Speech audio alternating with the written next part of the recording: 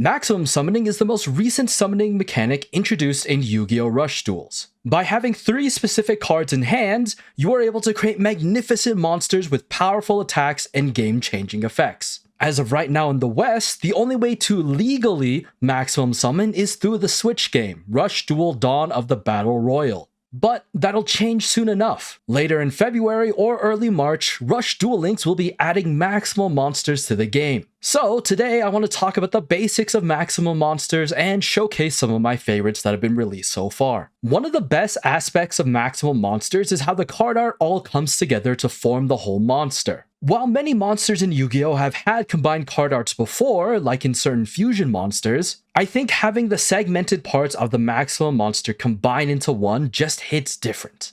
In a duel, when you can manage to get all 3 pieces of a maximum monster, you have a couple of options. You can only play pieces of the monster if you need to play around certain cards. In fact, there are some decks and strategies that are okay with playing the individual cards. But most of the time you do want to just drop all 3 if you can. Although, if you do want to play your whole maximum monster, it counts as a special summon. So this means you do not have to worry about any tribute costs like you would with any normal high-level monster. Oh no, I want a maximum summon, but I already have monsters on the field. What should I do?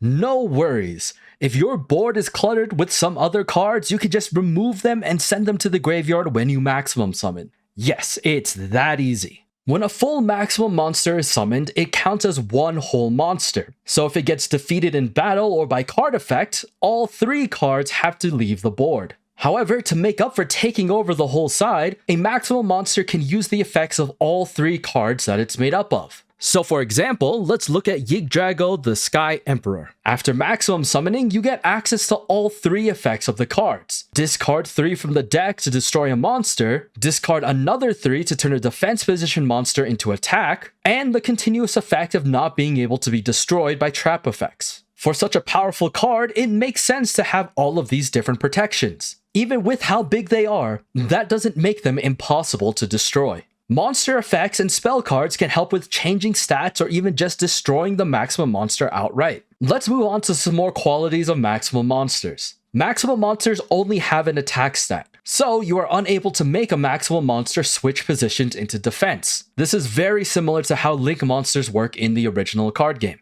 A maximum monster takes the name, type, and attribute of the center card. That might not mean much now, but remember that plenty of effects in Rush Duel have certain level requirements or type requirements in order to activate, so you should plan accordingly. If you, for some reason, need to tribute summon a level 5 or level 6 monster from the hand, you are allowed to use the maximum monster to do so. But, like I said before, you will need to remove all of the cards. It does seem a little pedantic, but you can't just summon a maximum monster 1 card at a time, or like have 2 on the field before, and then summon the 3rd part afterwards. You must have all 3 cards in your hand before you can maximum summon. Maximum monsters only get 1 attack unless specified otherwise. This is indicated by the maximum attack in the center card. As you can see, their stats are very high and usually will clear most normal monsters, so use them to blast away your opponent. Alright, now that we're done with the overview, let's talk about my top 7 maximum monsters. Please keep in mind that these are not in any order, and take note that they are not my favorites not only because of the attack or the effects, but also the card art and design. So, to start things off, we have Super Galaxy King Lord of Galactica. As the Galaxy type is the newest type to be introduced in the game, it kinda makes sense that it gets its own maximum as well. I did recently pull this card from the high grade collection, but I do like how even as a maximum, its aesthetic still fits in with many of the other larger galaxy monsters in the game. Also, just from the scale of this monster, it seems to be larger than literal galaxies, so it makes sense that it has such destructive effects. Next up, we have Abyssal Dragon Lord Abyss Poseidra. So, there are actually 3 different Sea Serpent maximum monsters, which made it really hard to choose just one. What I like about this card in particular is how you need to have no monsters in your graveyard in order to activate its most powerful effects. Outside of that though, I really like the design because Poseidra just looks really regal and powerful, and the center is flanked by an army of Kelpies and a massive Sea Serpent. It's just too cool. Following that, we have Doomblaze Fiend Overlord Desperation. To me, this gives true raid boss type vibes. It has both trap and spell protection to make it even more of a daunting behemoth. It feels like when you put this down, it would take your best to even try and remove it from the field. It even has card destruction with a potential 2-card draw. And while many might not be a fan of the complexity of the design, I like it a lot, and the twin dragons on the side just add to its oppressive aesthetics. After that, we have Supreme Wild Gleam Magnum Overlord. So like I mentioned before, there's actually 3 different Magnum Overlord maximum monsters. However, I really like the design and the concept of the Wild Gleam. It kind of reminds me of the old Power Ranger days of the smaller Zords turning into the Megazord and, fighting off their enemies. What do I say about Dynamic Dino Dynamix?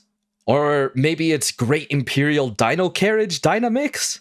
Either way, it's a giant city on the back of a giant dinosaur pulled by 2 other giant dinosaurs. Like, what more can I say about this? It's awesome and I really like the design. If more of these Rush Duel cards had lore or accessible lore, I'm sure these dinos could have some really cool stuff cooking. Like, are the people in the city also dinosaurs, or are they just normal people? And how'd they get the dinosaurs to be so big? We're nearing the end, but I first gotta talk about Blaze Fiend Overlord's Belusataroth. So what do I even say about these 3? While the name is a bit of a mouthful, I really like the idea of just getting a bunch of devils from hell and turning them into a triple threat of terror. I think the only downside is how weak they are compared to the other maximum monsters number-wise, but it's okay though. They're hot. Think of all the people who want to be stepped on by them. Like me. And last but not least, we have the Harpy Ladies. Now, I wouldn't call myself a sucker for nostalgia, but I just really love the fact that an archetype from all the way back in Duel Monsters can see a revival into becoming a powerful maximum monster. It just touches the heartstrings a little, To top it off, the art's not too complicated and it kinda just makes sense. There's always been 3 OG Harpy Ladies, and now they can truly combine forces and make a really cool card at the same time. I am looking forward to playing them in Rush Duel Links, but I hope they're not too powerful when they get introduced.